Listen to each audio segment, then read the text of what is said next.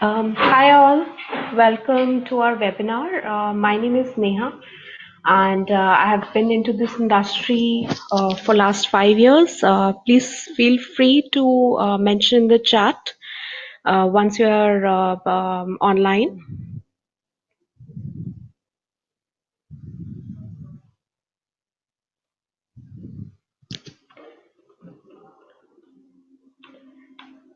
I'm mentioning my name and number in the notes above. You can note it down. We'll take up a question and answer round as well. In case I miss out or you have some more information that you want to take, kindly feel free to contact me on this number.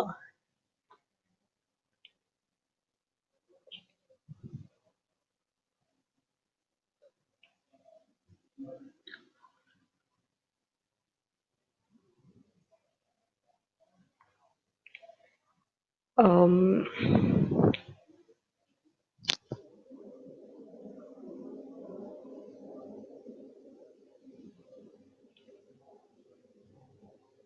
we'll wait for a couple of moments for people to join.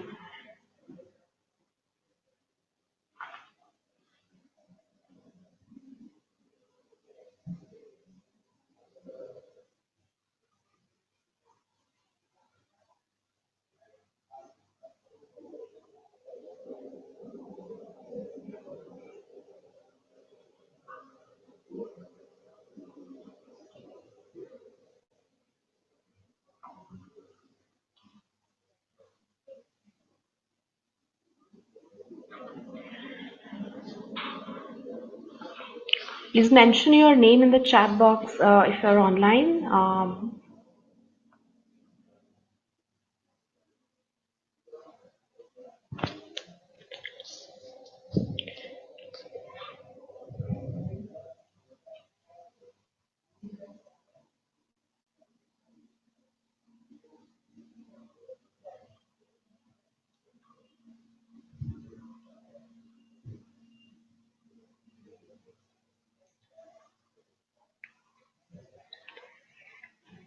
Sagnik, hi Sagnik, how are you doing today?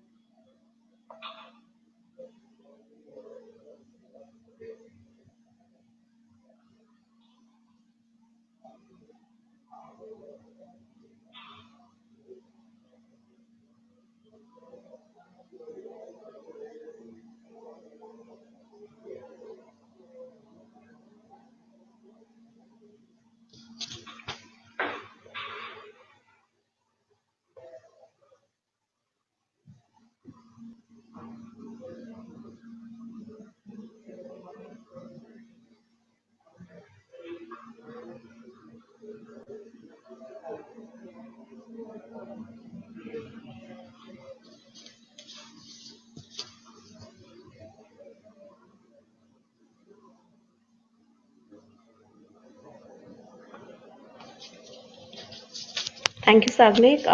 Welcome to the session. Hope you get the information that you're looking at. We'll wait for a couple of more minutes for more people to join.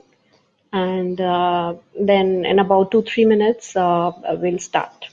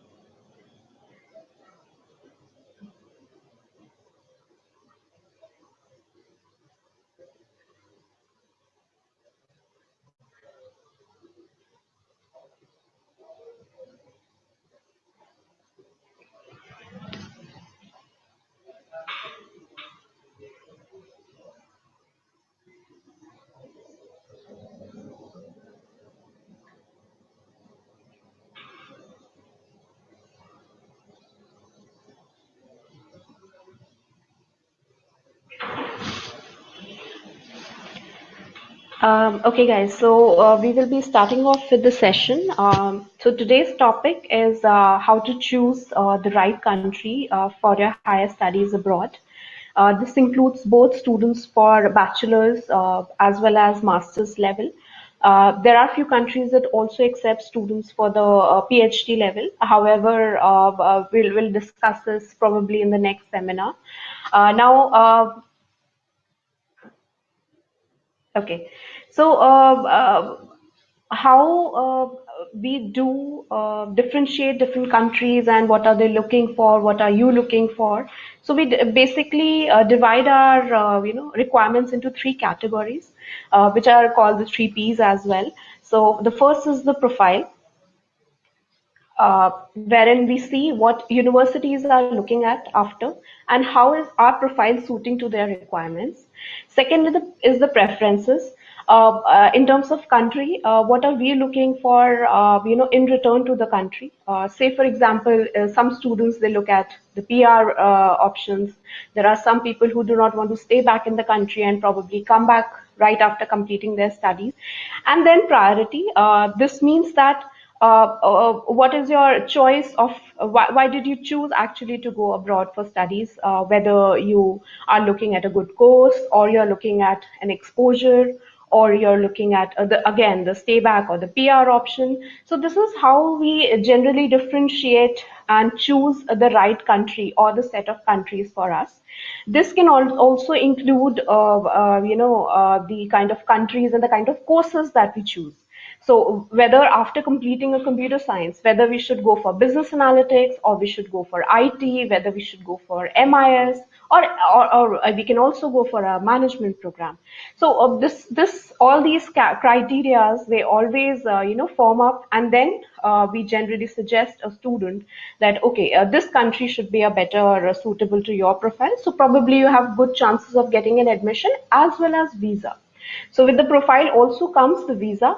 Getting an admit will not ensure you getting a visa in some of the countries, specifically countries like USA, which has such large number of universities and such large number of people applying for visa every year. So we'll take up countries one by one. If you have any questions as of now.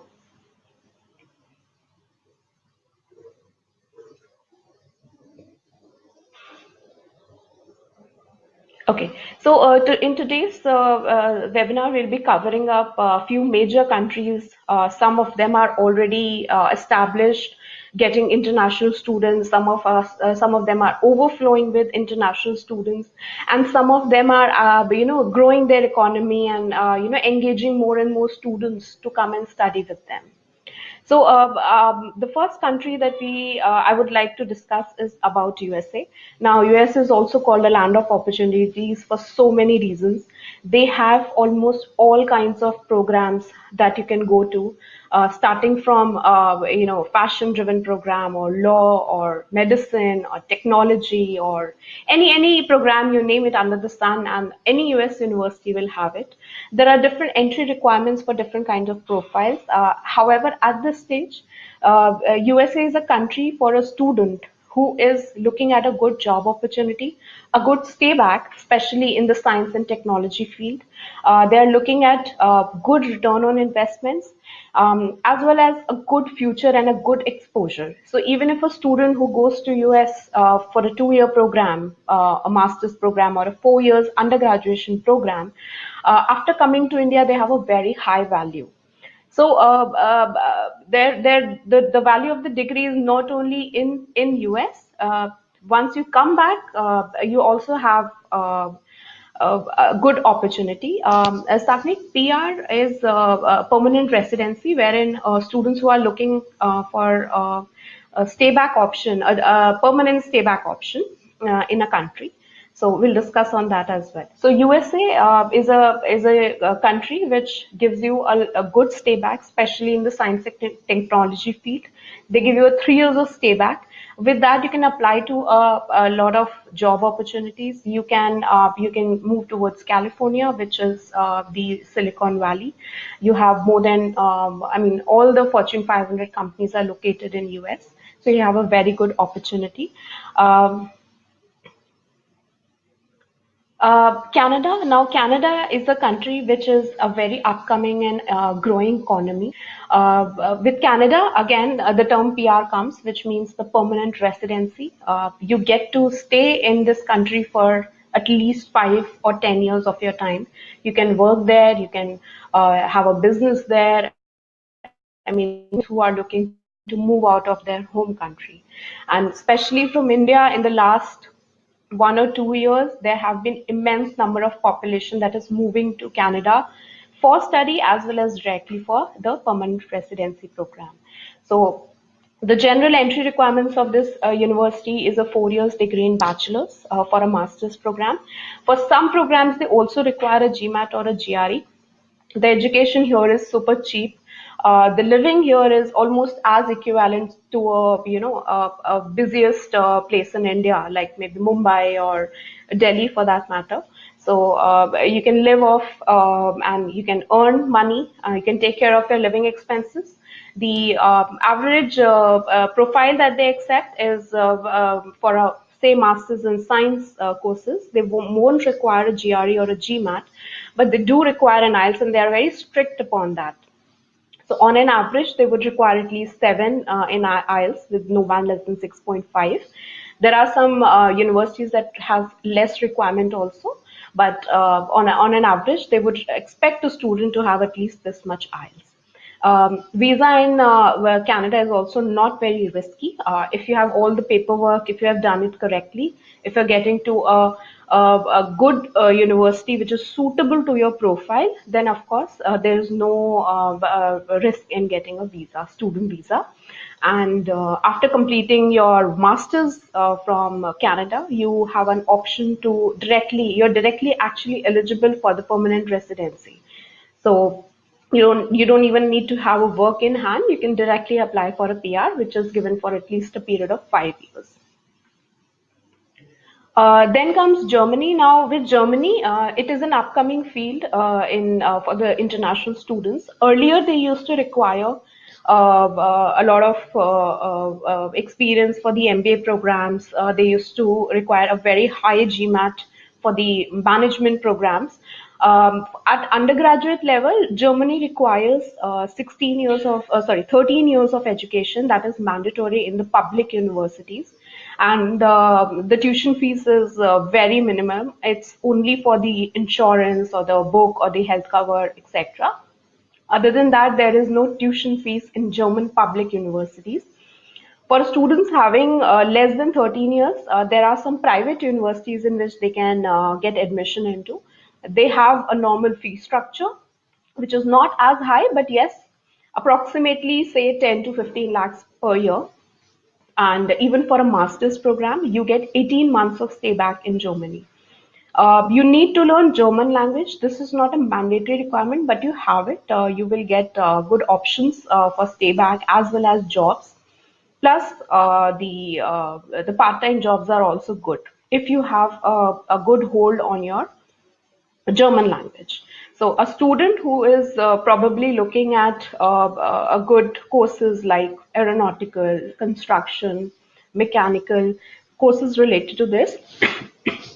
Sorry. So you can apply to Germany. If you want, you can learn German language, and you're good to go.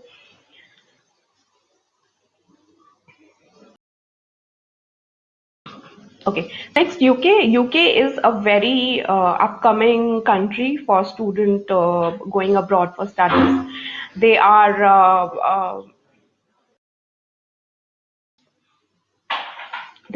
offering a 2 years of stay back starting from January or September. It is not yet final on how much stay back they are going to give, but yes, of course, this is going to be a huge opportunity for students who are looking at a 1 year degree. The education system in India is almost equivalent to other UK system. You have 3 years of undergraduate degree, and 1 year of a postgraduate degree. And after that, if you get to stay for 2 years in UK, you will have a very good exposure of the country. And there are good places in UK like London and even Scotland that are very good universities in which you can get admission. The admission criteria is not very restrictive. They also provide IELTS waiver or TOEFL waiver. You don't have to give IELTS if your 12th English marks are above a certain percentage. So, and the visa is also super easy. And if you're looking at a good exposure and then probably come back to India and have a business, then of course you must choose UK as an option. And they also have a lot of courses just like USA. Any course that you want to go for after completing your bachelor's or after completing your 12th, you have all options for almost all kinds of courses. Okay. So next we have Australia, Ireland, and New Zealand, out of which Ireland is a very new country in the market, which has a lot of good universities and good courses. Especially Ireland is having a specialty in the technology field. There are universities like University College Dublin, Trinity College Dublin that have a lot of good scope for students. They also are in the top 20 ranks in the world ranking. They stay alongside uh, uh, universities like Ivy Leagues in US and then Uni Melbourne in Australia and UBC and Toronto in Canada. Um, and Australia and New Zealand, these both are basically the PR countries, like the permanent residency countries. There have been some recent changes in the Australian education, so it is a little bit under scrutiny. India has come in the Section 3 of PR immigrants, so it will become a little difficult. But then New Zealand is it's a small place. It's a good it has a good landscape. There are a lot of mountains. It's a very peaceful country. Plus, they have one university, which is University of Auckland, which is in the top 100 worldwide. So, and the entry requirements are not so high. If you want to go for a technology-related courses, whether it's CS or electronics or any engineering course, you must go for Australia out of all these three countries. You can also choose US if you're going for electronics. Next is France and Netherlands. France and Netherlands are very old and very popular countries, especially for tourism-related courses. However, in the last 5 years, they have emerged themselves with a lot of good options for international students. Earlier, they all the studies that used to happen in any European country apart from UK and Ireland were given in their local language. So France would have a lot of good universities, especially in the fashion related courses. But then they were in French, so a lot of international students were not able to get admission. Nowadays, they've started giving their studies, their tuition, their studies in the English language. So you won't require to study French, but yes, it is required in case you're looking at jobs. So basically, France has a 2 years of stay back after completing your master's. Earlier, it was 1 year. Now it has shifted to a 2 years stay back. And for bachelor's program, France has very less. I mean, it's actually there's no stay back for France for undergraduate programs. If you're going for technology related courses, France has very few universities and very less market for technology driven programs. But it has universities like HEC Paris, which are very popular and which are again in the top 50 ranks for the management programs. So again, it's a good universe. It's a good place. It's beautiful. Again, it's the fashion hub as well. So of course, you can go for some different programs in France as well. With Netherlands, the stay back period is 1 year, and it depends on the embassy as well. You can have 3 years of stay back as well in some cases. When you go for stamping after completing your masters, the visa officer has the right to give you a 1 year or a 3 years of stay back. And then it is also very good for management programs. It is all taught in English. The entry requirements are quite flexible, so you can go there. These both are again not permanent resident countries. Uh, these are more for different type of courses, for business courses, for fashion related, or for other courses. So you can apply to that place in case your profile suits this. Um, Okay. So Sagnik, you're doing a BTech in EC, so please tell me the opportunities in field. So Sagnik, bachelor's in electronics depending upon what university you go for. If you're looking at a master's in electronics, you can apply to countries like USA and Canada. Now, why this? Because they have very huge scope for electrical related courses. If you want to get admission in some European countries, you can probably try with UK. It does not have a very good stay back, a job opportunity, but the stay back period can help you in getting a good job. And you will also require to take a GRE. You can have a score of somewhere around 310 to 330 in order to get into the top 100 universities in US. And you will also need to take an IELTS or TOEFL exam.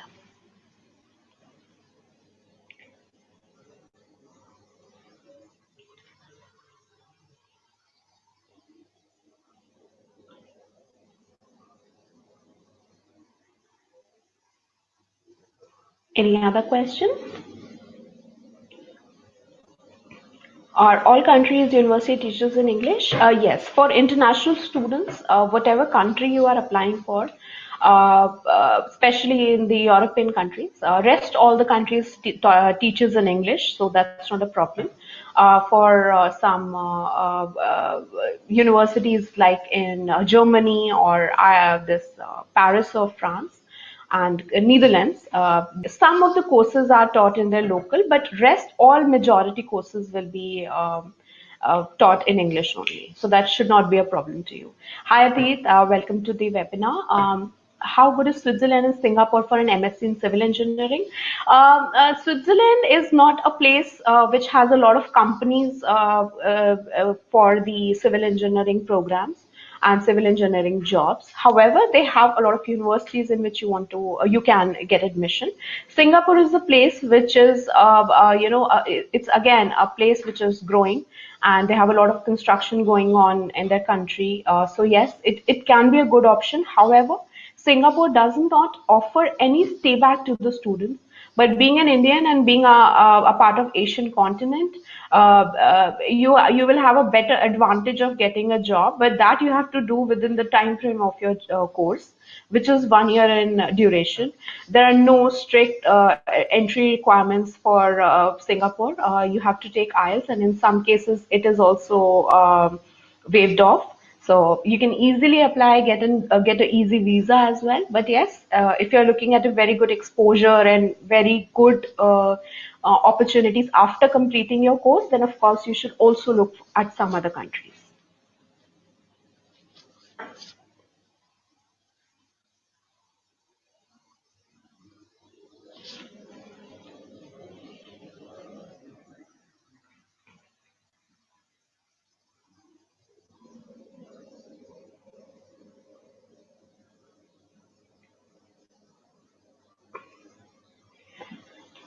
So we also have a mentor-mentee program. This is basically a platform on which you can connect with the students who are either studying in any university abroad and in all the major countries, or you can also speak to students who have already passed out and working in that particular country. This is a good platform that AdmitKard is providing to all of its students. Probably you can scan this by this and connect. This is a mobile app which you can download and use. If you face any difficulties in doing so, please contact me on the above mentioned number. We can help you with the overall process of admissions, starting from shortlisting the even the country and the universities according to your profile, budget, your grades, and your exams, the test scores result, and um, um, and it goes till visa. So we help in the editing process as well, in the whole funding process, as well as the visa process. Uh, Satvik, ideally GATE is an Indian level entry exam, so it is always beneficial to take, the exam required for an international student. There might be very few private universities that will accept it, but giving a GRE would be much more useful to you. And if you're preparing for GATE, eventually you're preparing yourself for GRE. So that should not be a problem. It's better that you take GRE. However, if you are looking only at Germany for this program, not all universities will ask for an entry level exam. Only the top ranked, top five public universities will require it. So do get in touch with me. I can give you a brief about the entry requirements of Germany.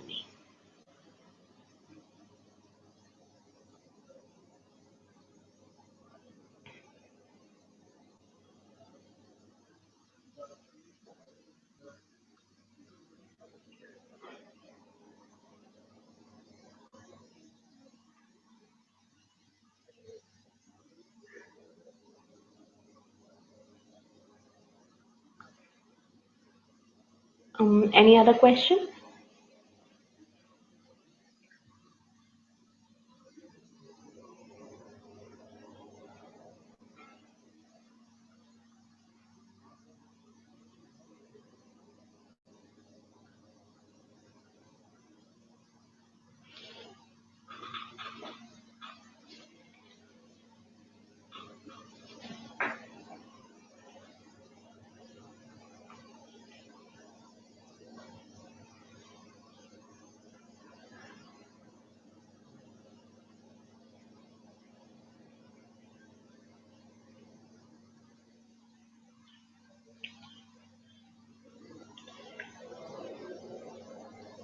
Okay, so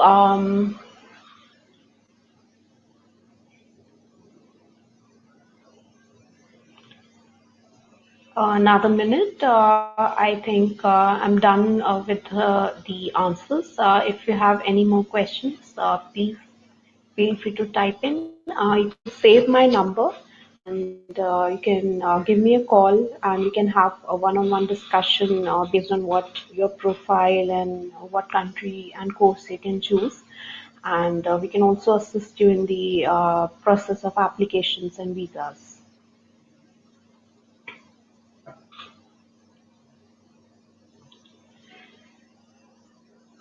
Okay, so Atit, which would be the best place to do an MS in civil engineering? Like I said, for a civil engineering course, you must opt for a place which gives you a good exposure after completing your courses as well. Because in India, there are not many jobs related to civil engineering. There are mostly government jobs that you need to give. For that, you have to sit for the placements as well, the government exams as well. If you're willing to take GRE, I guess US could be one of the options that you can choose. Apart from that, Canada is one of the options in which you can apply for a civil engineering course. Australia, again, is another country in which you can get an admission. It's a 2-year program in all the three countries. And with that, in US, you will get a 3 years of stay back. In Canada, you get up to 3 years, starting from 2 to 3 years. And in Australia, you can get a 2 years of stay back after completing your master's. So you can opt for any of these three countries. Australia and Canada, majority of the universities will not require a GRE, but you have to give IELTS or TOEFL exam.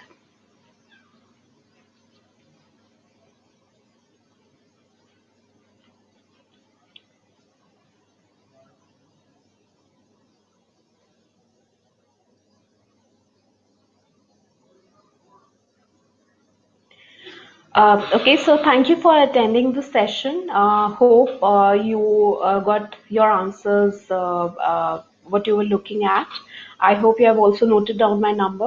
Please contact me in case you have issues or in case you are looking at some assistance. Thank you.